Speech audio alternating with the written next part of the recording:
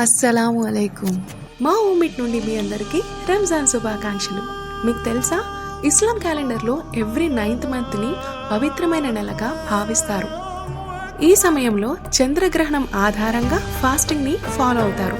ఎందుకంటే పేదవాళ్ళ ఆకలి అనేది ఎలా ఉంటుందో తెలుసుకోవడానికే కాకుండా నిరాడంబరమైన జీవిత శైలిని పొందడానికి, అంతేకాదు వాళ్ళు సంపాదించిన సంపదలో కొంత భాగాన్ని డొనేట్ కూడా చేస్తారు. వీళ్ళు రోజుకి 5 సార్లు నమాజ్ అనేది చేసే ప్రక్రియలోనే ఫాస్టింగ్ని ప్రారంభిస్తారు. అది ఎలా అంటే, పొద్దునే సూర్యుడు ఉదయించే ముందే నిద్ర లేచి సెహరీ అనే ఫాస్టింగ్ స్టార్ట్ చేస్తారు. ఆ తర్వాత ఫజర్ ప్రేయర్తో మొదలవుతుంది.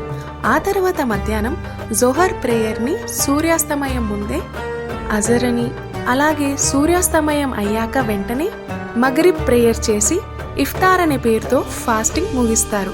దీని తర్వాత 7:30కి ఇషా ప్రేయర్ చేసుకుని ఈదుల్ ఫితర్ ప్రేయర్ని పండుగ రోజు దగ్గరలో ఉన్న మస్జిద్ లేదా ఈద్గా దగ్గర చేస్తారు.